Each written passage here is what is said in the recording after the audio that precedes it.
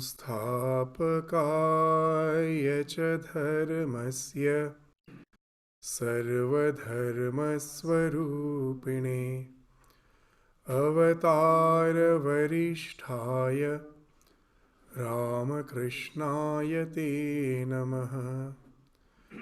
वसुदेवसुतं देवं कंसचाणूरमर्दनं देवकी परमानन्दं कृष्णं वन्दे जगद्गुरुम्।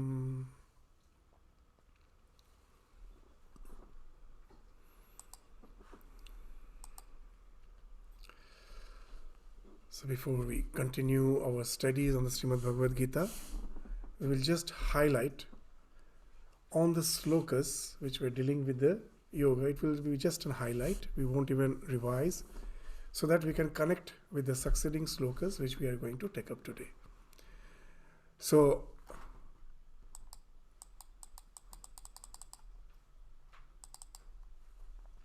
from the 25th to the 31st, which we were studying in the last class, the verses 25th to 31st of the 4th chapter, which deals with the various type of yagyas.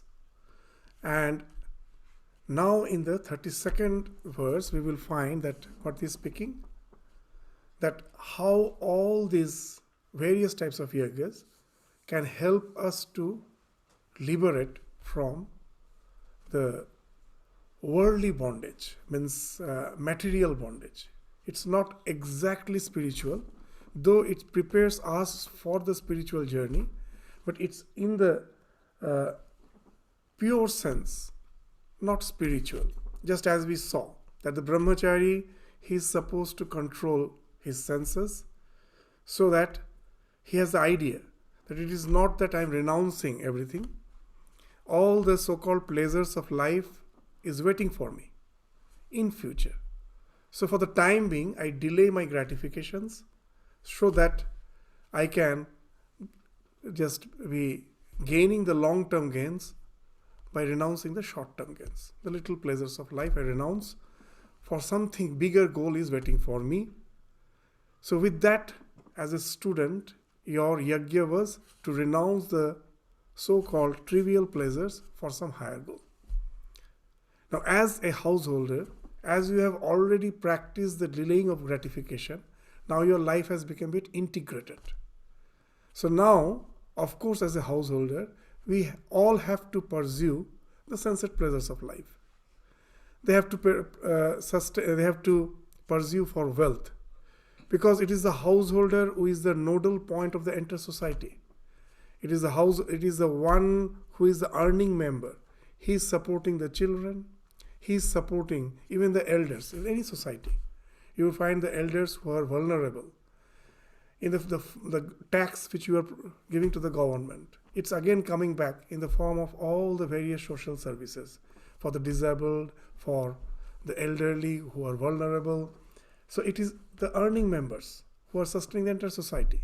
So you have to earn, you have to resort to the sensual pleasures of life for the continuation of life. But as a brahmachari, as a student, you have already practiced the delaying of gratification, so you have already developed the self-control. So now you will be resorting to the sensual pleasures of life in a way which is prescribed, which is something which is prescribed by the scriptures, which is something which the society also gives its consent. So those are all the legitimate so-called pleasures of life. You are resorting to it. But that also not with the sense of that I am resorting for my own satisfaction. There is a greater welfare behind it. So what I am doing, that I am having the idea that just when you are earning the money, in your mind, if the idea is always there, it is after all for the welfare of the society. I am doing some work to sustain myself. I do need some money that I do get from my work, but my aim is not just to earn that money at the cost of the work. Many will be the mercenaries. They will find most of us in this world that yes, that for my job entails this much of work only. I am paid for this much. I am not going to do anything beyond that. So there I can change my attitude. That yes, I am paid for this because I have to sustain myself, but this work has given me an opportunity to serve the society in a certain way. If it be required, if I get the opportunity to serve in a better way, in spite of the fact that I am not paid for it, well and good, because my life can be sustained with what I am getting. So that way you will find you are doing yajna. So though you are resorting to the sensate pleasures of life for the welfare of the greater, this goodness. If I just can define God in the way Swami Vivekananda has defined God. If you say offer everything to the divine, many may say I don't believe in God. But if I say if you offer it to the greater goodness, for the collective goodness, that many will, even the atheist will agree. And that's why we find the definition of God given by Swami Vivekananda, no one can deny. What is that? Unselfishness is God. So even if I believe in a personal God, do I think my God is selfish? No. He's compassionate towards all in same manner. Whether he's a sinner, whether he is a holy person, God's love is there for all. He is not having any hierarchy in his love. He's compassionate towards all being. In all the religions feels that way. So even if you are a believer of a God, a personal God, that unselfishness is God holds true. If you are an Advaitin, you don't believe in a personal God. You believe in that conscious principle with which we are all one. Again the same thing. The conscious principle, because of the ego barrier, is somehow appearing as the individual. You break off the ego barrier, you are one with that conscious principle. Again, that unselfishness is God. And if you are an atheist, you don't believe in God. But even an atheist, they believe in the collective goodness. No one will say that my life is of most importance even at the cost of others. Even if you have such an idea, you have to hide that idea. You cannot open up with that idea to the society. If you just try to say that my selfishness, my welfare is most important, even if it be at the cost of others, then the only place for us is in the jail. There they are there because they think that way. That for my welfare, I can steal, I can rob.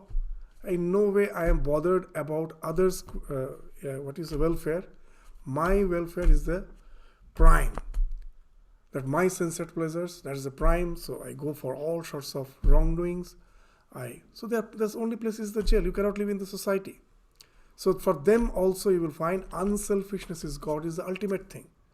So that's after saying that for the household, that for the student, he renounced all his desires for achieving some higher goal. And now I am resorting to the sensate pleasures in a restricted way as prescribed by the society, as prescribed with the scriptures, with an orientation. It is not for my personal pleasure. It is for the collective goodness. So there you are practicing again unselfishness. So that was the second yajna. The yajna where I am sacrificing the so-called pleasures of life for the welfare of others, for the common good. And then as a vanaprasthi, as a sannyasi, when you have already taken care of the so-called responsibilities of your life, now have entered into a stage where as a human being, we can never remain satisfied only with this sensitive level of existence. The question that what after this? Does the life end with my death or does it continue? Is there some existence which is perennial? These questions are bound to dawn in our mind. Even in the old age, we do find people. They say we don't think of those questions. Actually, they are telling a lie. They also, that question, the moment the question dawns in their mind, they immediately go out to socialize. Because that very much disturbs them. That what will happen to me after my death? Immediately, but as they don't really want to ponder that question, to avoid that question, they will go and socialize. But if they say that question doesn't arise in my mind, it is a false statement. Actually, they are running away from that question. Most of the time you will find That Sri Ramakrishna says in the old age, as a person has nothing to do, he's playing cards. You're deviating. Swamiji gives a very nice example. He says what? That the rabbit. When the rabbit is chased by the predator, it will run. Naturally, it will run. It will have to save itself. And when it finds that it is going to be overtaken by the predator, it cannot compete with the predator, it is going to catch him. At last, the rabbit will somehow dig a hole in the ground or somewhere and hide its face. Just its face it will hide there. So when it hides its face, he cannot see the predator. And it thinks, I'm safe. But is it safe? No, the predator is there. It is going to catch and kill him. So Swamiji is saying the death is there, like the predator, waiting for us. However, you may hide your face in the so-called socializing and other, even the philanthropic activities, sometimes not for helping others, just to run away from myself, I do all sorts of activities. So we have to judge ourselves properly. So at certain age, that big question do come. And there comes that real spirituality. Now, the idea that from the scriptures, from the illumined souls who have really pondered that question and came back with an answer, that there is an existence beyond this, that you are the self which has no annihilation. You are fulfilled. Only thing, as long as you, because of ignorance, are attached to this phenomenal world of existence, you have to go round and round in this cycle of birth and death. And that entails suffering. For some time, when the nature is providing you everything, you are happy. The moment the nature is taking away from you everything, you are in abject misery. So why go through this process of trough and truss? Why not be in that perpetual bliss? If simply I can detach myself from my association with this phenomenal existence and always be in association with my real nature, which is pure divine. So now there is no more question of delaying your gratification. This gratification has no use at all for me. Why not renounce that? So for renouncing that, this, and by how that renunciation comes, not by thinking of some higher goals, worldly goals in life, by constantly thinking of yourself. And the more you are attuned to the self, the more your worldly attachment starts falling off once for all. Not just delaying, it falls off once for all. So that was the third type of yajna which was spoken of. And now, in the 32nd, as a conclusion, what Bhagavad Gita is saying, Evam vahu vidha yajna vitata brahmano mukhe karmajan vidhi tan sarvan evam gyatva vimokshyase. So these are the various kinds of yajnas which has been described in the Vedas. So it is a conclusion. Evam bahu vidha yajna vitata brahmano. Brahmano is the Vedas. Brahmano mukhe karmajan. They are all the products of work. Means, as a brahmachari, that you are renouncing something for some higher goal. It speaks of dravya, it speaks of your mind, your body, and its interaction with the world. As a householder, the same thing. Even as long as you couldn't renounce the entire world in the process of vanaprastha and the sannyasa, at the beginning, when you have resorted to upasana, still the mind is a dravya. Here, the word dravya will come in the next sloka. The dravya means something which is material. From the Vedantic standpoint of view, anything with which the consciousness is associated is material. Even your mind is something dravya. Even your body is dravya. And the external world, which is constantly interacting with the mind and body, is of course dravya. So as long as you are within the domain of mind and senses, it is all dravya. So they are all the products of karma. So all these yajnas, which is the product of karma, they know it for certain, but have a huge benefit in life. They always help us to outgrow our limitation. We do feel, as a brahmachari, I felt that I have to excel in life. If I remain in my present state, which is a limitation, I have to outgrow that, to reach that. Even as a householder, you had that felt sense of limitation, which made you to work to earn money. Even when as a vanaprasthi, you do feel that I am yet to be attuned to my real nature. For that you are constantly resorting to contemplation. That also is a type of work. All these works is trying to outgrow, is helping you to outgrow from your limitations. So that's why in that sense they all liberate you, but it's not the final liberation. So karmajan vidhi tan sarvan evam gyatva vimokshase. If you know this yajna, the life cannot be without yajna. Yajna in another sense is tapasya. Some sort of endeavor should always be there. That's why in Sanskrit, all the 4 stages of life has been called asrama. You know what's the real meaning of asrama? Srama means endeavor. In all the Indian languages, srama means endeavor. Some form of endeavor is sram. And in Sanskrit, a prefix is always used in the sense of encompassing. Like nanda means happiness. But when you say ananda, it means from the beginning to the end, it's full of happiness. There is no speck of a little suffering in between. The full of happiness. That is ananda. Many say there was no concept of the India as a nation before the British came. It's a wrong idea.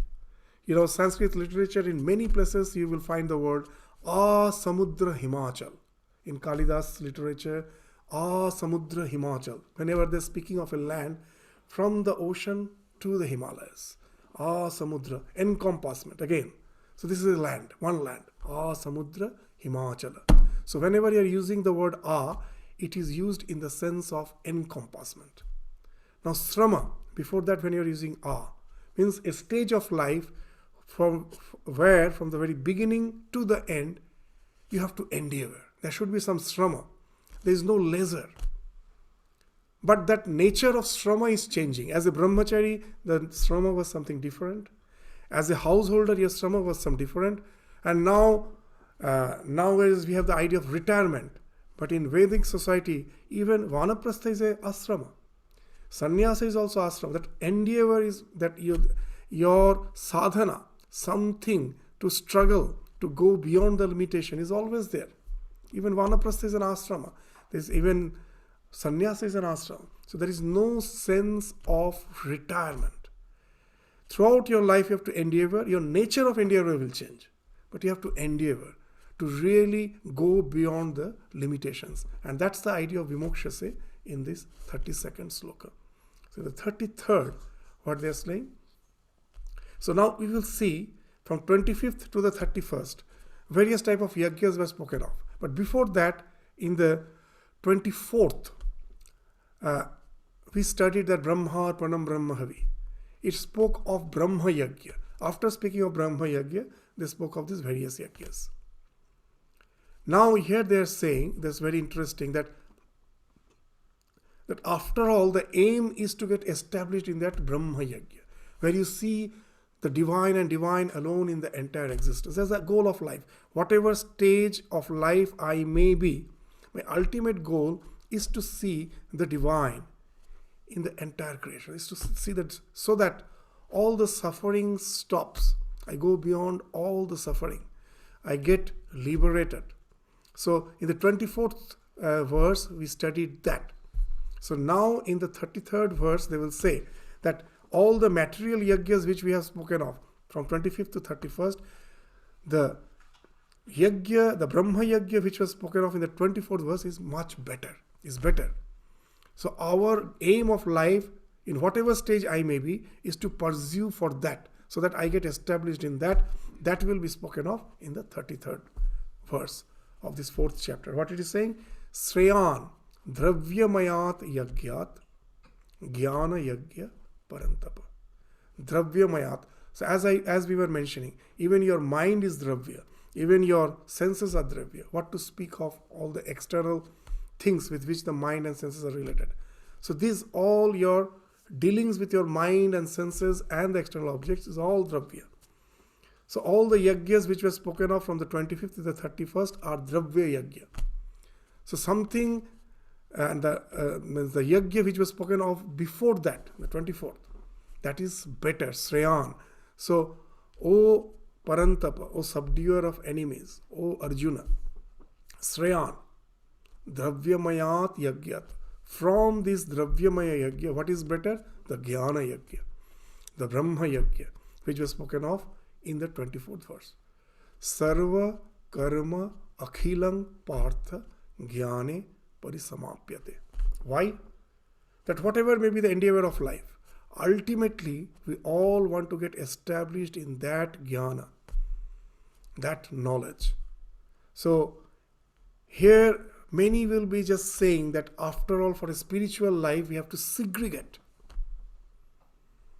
that I have to leave my responsibilities and just go in the deep contemplation to realize myself. In the Gita, in each and every phase, everywhere you will find nowhere it is speaking of that. If you really can read the Gita between the lines, you will find nowhere. What they are saying, after saying that the Brahma Yagya is the best, that doesn't mean you leave everything and just start contemplating on Brahma.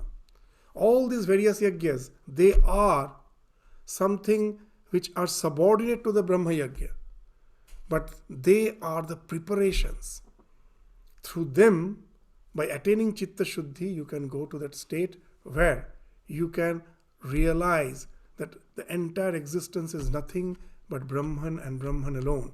And then your life becomes a yagya of knowledge, of the Brahman. So that's the stage where you have to reach. Just like saying that the PhD degree is of course higher than the graduation, than your school and the kindergarten. It's the highest degree compared to this other. But that doesn't mean that I can pursue that directly.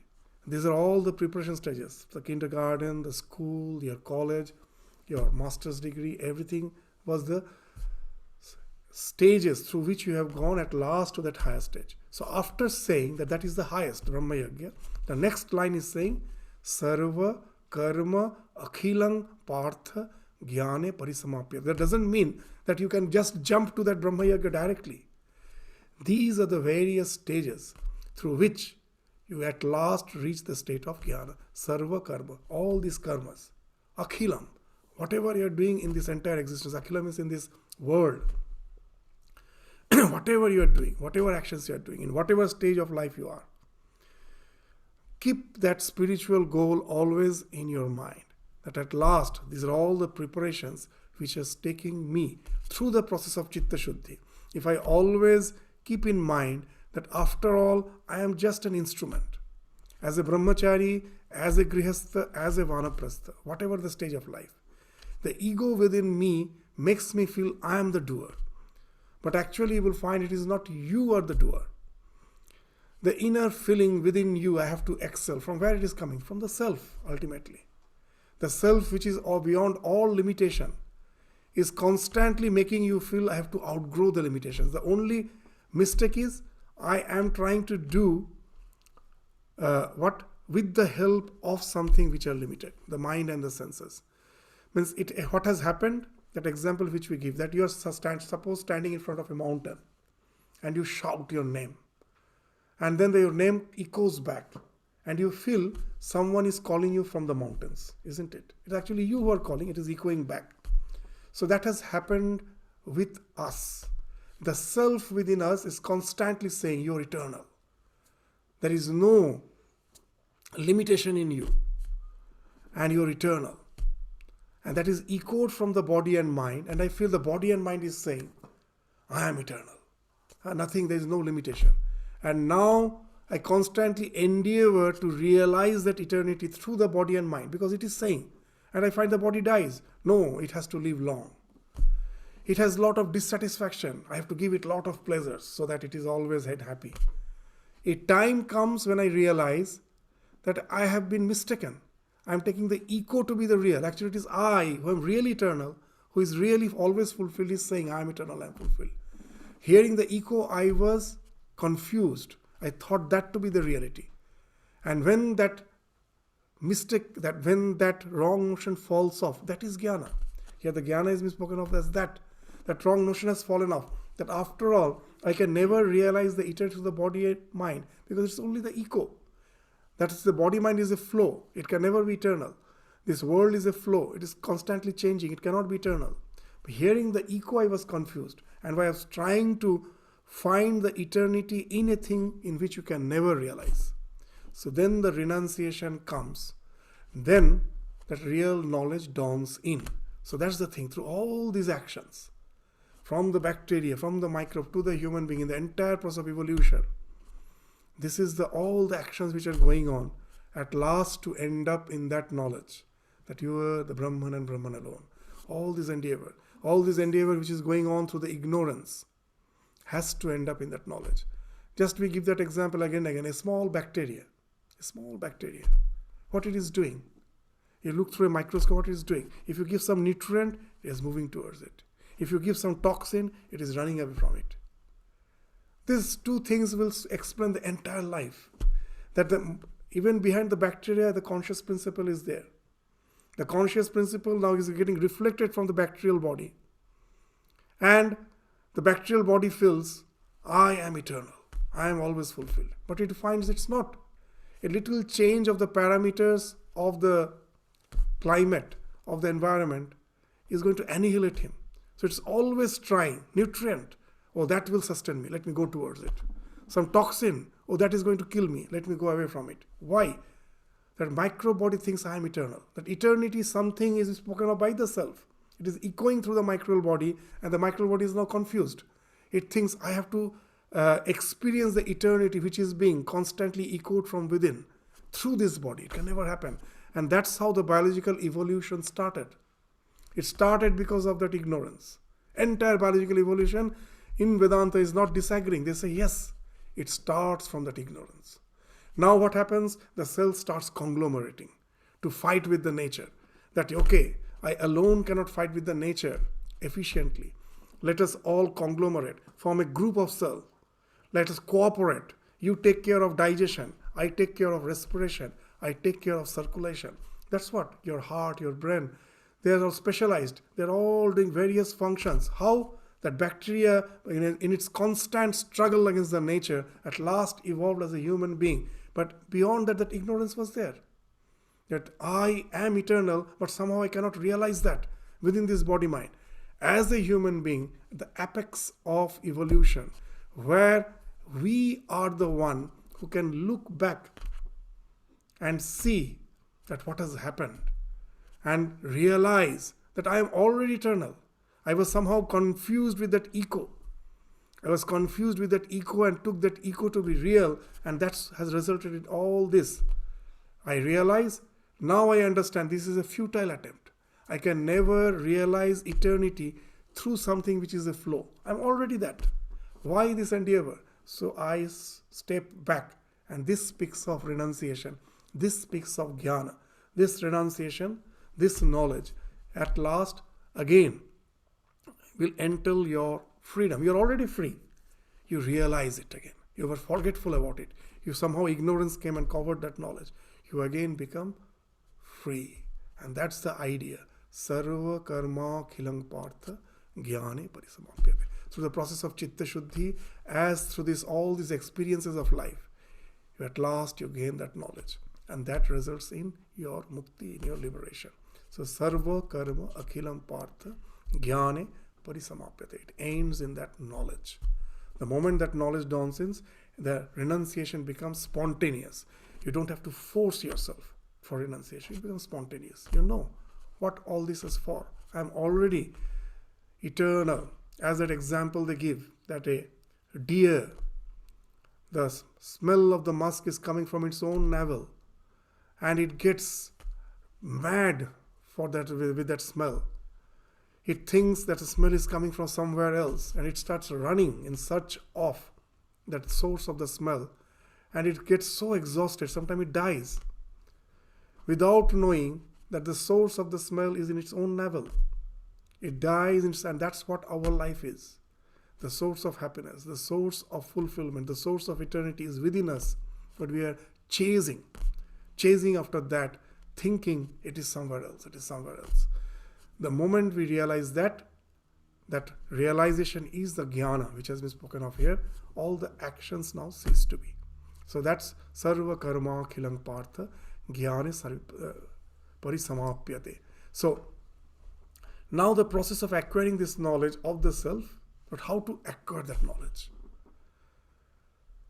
So that will be now spoken of in the remaining portions, remaining verses of the 4th chapter.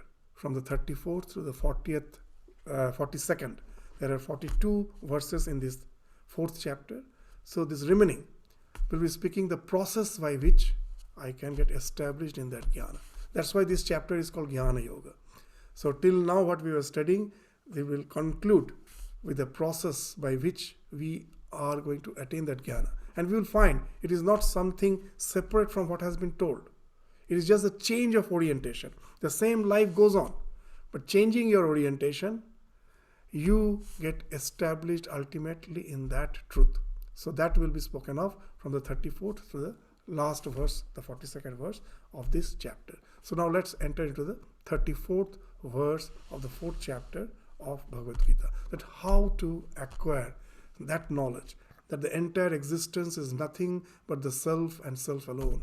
The Brahman which is finding expression as this universe. This Sarvam Khalu Idam Brahma. Sarvam Khalu Idam Brahma. These are the Vedic dictum. The Vedas have proclaimed it. How to realize that in my life and go beyond this transmigratory existence. So how the first thing is Tat Vidhi. Learn it. Tat Vidhi means learn it. How? Pranipatena. By prostration. Pariprashnena. By inquiry. Pariprashnena and sevaya. Through service. So tadvidhi pranipatena pariprashnena sevaya upadekshyanti te jnanam jnaninas tattvadarshina. So this knowledge, when you approach with a humility, with an inquiry in your mind, you have a tremendous inquiry and you approach the teacher with a humility and with the intention to serve him. What that service means, we will come to it. Then only the teacher, finding you as a real aspirant who really is wanting that knowledge, will diverse that knowledge to you. So this is the idea, that the Vedic idea, that if you have to have that knowledge, you have to approach the teacher who is a realized soul. Who is a realized soul, you have to approach him with humility. So first is prostration speaks of that humility. Why that humility? So without humility there can be no knowledge. Whenever I have to attain some knowledge, that first thing is that the one whom I am approaching, he knows the truth. He is established in it. I am not. So this I have to accept at first, at the very beginning. For most of us, what happens, we read the scriptures a little and we think, I've understood everything. Now I go to the teacher most of the time, not really to gain the knowledge, but to show him I know. I know that knowledge, and to encounter that I will say something and I will ask something, he will reply, and I will now with my knowledge try to prove that that's not the thing which you know. I also know, and most probably I know better. So if you go with that type of attitude, we can never learn. So first of all, that humility, that you have realized that there is, what you say in your life, a wide gap between your understanding and the way of life you are leading. So I say Brahman, I am Brahman. And then what happens? Then when I am just sitting and trying to meditate, thinking I am, after all, a bit refined soul, holier than thou attitude develops. Others have no religious inclination. And at home, we will find that once I develop that attitude, I feel all are so much disturbing. They don't understand that my mind, my orientation, and I start feeling they are all hindrance. Now you say you are Brahman and constantly you are fighting. You will find that those who profess to be religious, Sometimes they are the most quarrelsome people, constantly fighting with others. Why? He has developed that holier than thou attitude. But just see the contradiction. When you are seeing everything is Brahman, how come the one with whom you are fighting, you cannot see the Brahman in him? If everything is Brahman, then he is also Brahman. The moment you say that you are not allowing me to the life I am leading, but what life you are leading? You are just leading that which the goal is that to see the God in everything.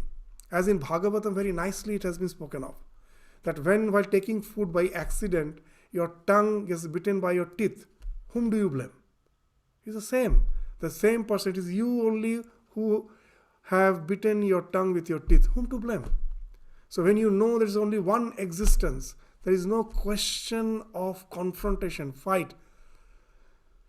So what happens that unless we really know that the world is a projection, we are bound to take it as real. We can never understand that it is unreal. We must say, that's why in Upanishads they say it is ativada. We may be saying this world is unreal, only Brahman is real, but these are just mere words. You haven't realized. So your actions will never be in conformation to what you are saying.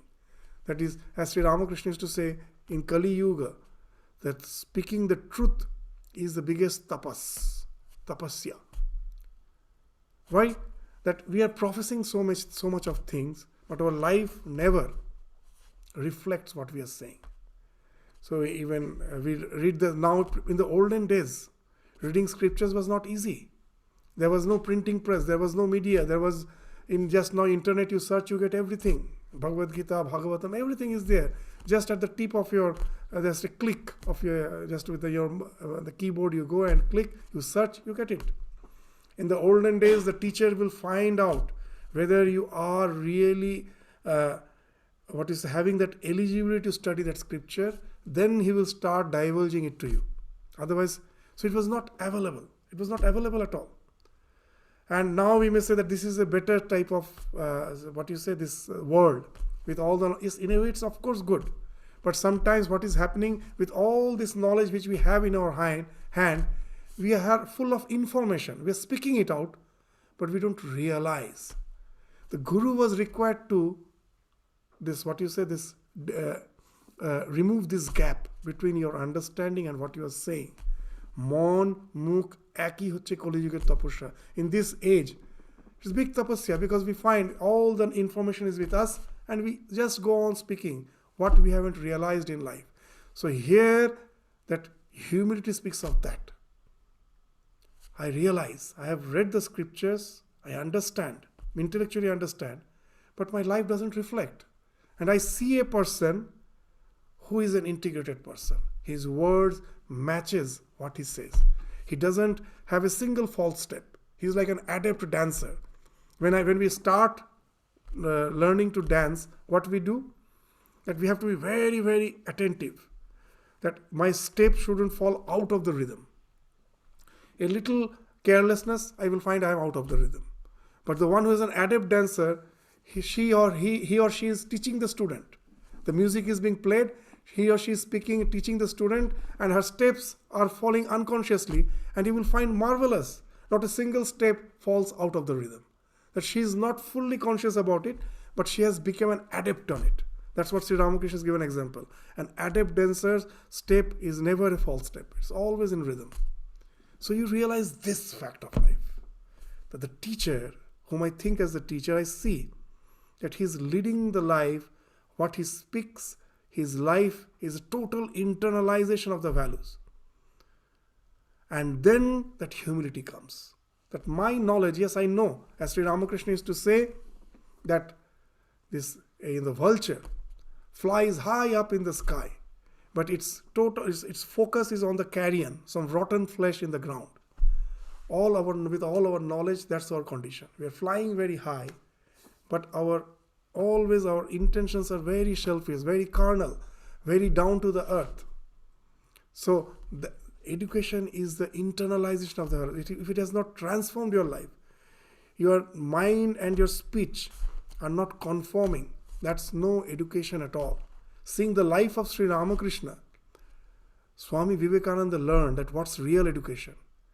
In some of the places in the complete works. The complete works is actually the commentary of Sri Ramakrishna's life. Many doesn't understand it. But once you really start studying it intently, you will find it is just the commentary of Sri Ramakrishna's life. In one place, he's saying education is the nervous association of ideas. What is education? It is not just gathering of information, it is the nervous association of ideas. Just see that in the life of Ramakrishna's life, when he was a sadhaka, he was doing his sadhana, spiritual practices, the idea dawned that is the wealth and the sensate pleasures of life, these are big distractions.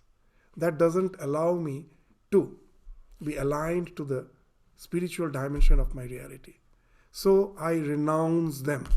So it was not just the word of his mouth.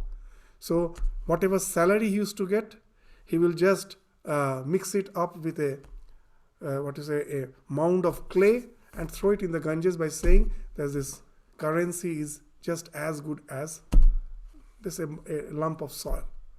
It is worthless. So he renounced. He won't touch even the currency. And in those days, even now also, now of course the currency have become plastic, paper, whatever it may be. But in those it was just pure metal, all the coins.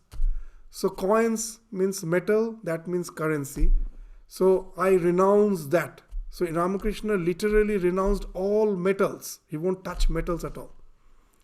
So even in his last days when he used to have food, it was always in this plantain leaf, banana leaf. They will never use plates. Why it happened? It's not that physically he has renounced. He used to get terrible pain if he touches metal. Even unconsciously if he touches metal, he will feel as if a scorpion has bitten him. And Narendranath, being the student of the college in those days, that was educated in the English way of education, he was skeptic. He thought it cannot be. It must be some pretension. So what he did one day, when Ramakrishna was not in his room, he kept a coin below the mattress. In India, the mattresses are quite thin. It's not the big, thick mattress. So it is just below that mattress, he kept the coin, and he was hiding to see Ramakrishna's reaction when he comes back to his room. After some time, he went to the temple, and when he was coming back to his room, when he came back to his room, and when he sat on his bed, immediately jumped up, and he called his nephew Ramlal. Ramlal, please come, please search if anything is there on the bed. And when just removed the mattress, they found that coin. And Sri Ramakrishna immediately understood that someone must be testing him. And then Naren, Vivekananda came out. And Ramakrishna was very happy. He told, that's the way you should judge a sadhu. You should see him in the day, in the night. Because a spiritual aspirant cannot be a part-time. Spirituality cannot be a part-time affair. That for the time being I am a sadhu and then again I am a household. It cannot be. If you are leading a spiritual life, it has to be 24/7. So what he is saying, sadhu ke dine dekhibi, rate dekhibi, tobe sadhu ke sadhu bolechen. You have to see him day in, day out, day and night. Then you have to recognize him as a real holy man. So he was happy. And Naren also, through all his skepticism, when he accepted Ramakrishna as his guru, that was a pure devotion. That was pure, sincere devotion. Now he was humble enough to accept him as a guru. In his much later life, when Nivedita, the Margaret Noble, she used to question a lot. And others used to get very much disturbed. You say, why you always accept him? He's such a holy man. Accept him as your teacher. Why you are always confronting him? And then what Narendra told is very interesting. He told that it is me who actually have questioned my master a lot. But I can claim no one is a greater disciple of Ramakrishna than me. I can claim that. Through all those questions, at last through all those experimentations, at last I am convinced of the fact that he is a realized soul of the highest order. And I am with full humility, I have offered my life to him. So it came through that. So all this questioning is not bad. That's what he was saying. That Let no one think that she is doing something wrong. It is through this. If you have that earnestness, what are the things which has been spoken of? That pariprashna, that enquiry is there. That enquiry makes you to constantly seek for the truth. And when you are seeking, at last when you realize that yes, this is the man on whom the values have been internalized. He's speaking nothing which doesn't reflect his life. Then that humility comes. You accept him. And seva, what is seva? It's not doing some personal service. That I, in my life, becomes now, you say that this just unswavering following of what my master has said. Whatever he has said, that is the ultimate truth. And now as I have full devotion, and now I follow, I don't deviate from it. That becomes the seva. It's not that just going and just doing some personal service and then I live my life as I wish. That's not seva. The seva is that what he has said. How it is seva? How it is seva? Because anyone will want that if I have got some treasure, that treasure should be preserved. That's the biggest seva, isn't it? If you have a treasure and if you know it is going to be lost, you will be miserable. So these spiritual teachers, they found that the scriptures, what I have spoken, is not something useless. They are a treasure. They have internalized in their life. And if they find no one is to take it from them, there will be a break of that lineage and that knowledge will be lost. That knowledge will be lost. It is only through the lives, that parampara, it is the parampara that keeps that knowledge alive. So what's the best way of doing service to the Guru? He knows he has a treasure. And that treasure will be lost if someone doesn't internalize that in their life and live that life. Then he's happy. Oh, I could somehow that give the treasure in worthy hands, and that will be continued. So that's the biggest service. So that sevaya means of that you live the life just the way your Guru has led the life. You also start without deviating from the truth. Otherwise it is just flattering. You just go and say, oh, you are great, and there it ends. It's flattering. It's not seva. The real seva is in trying to follow the words of the master. With great struggle, I try to follow it in ditto without deviating from it. So when I have resorted to this pranipata, pariprashna, seva, then the Guru will divulge that knowledge. He has to observe, because he knows that this knowledge just simply cannot be transmitted by words. One has to be ready for it. Then only it can be.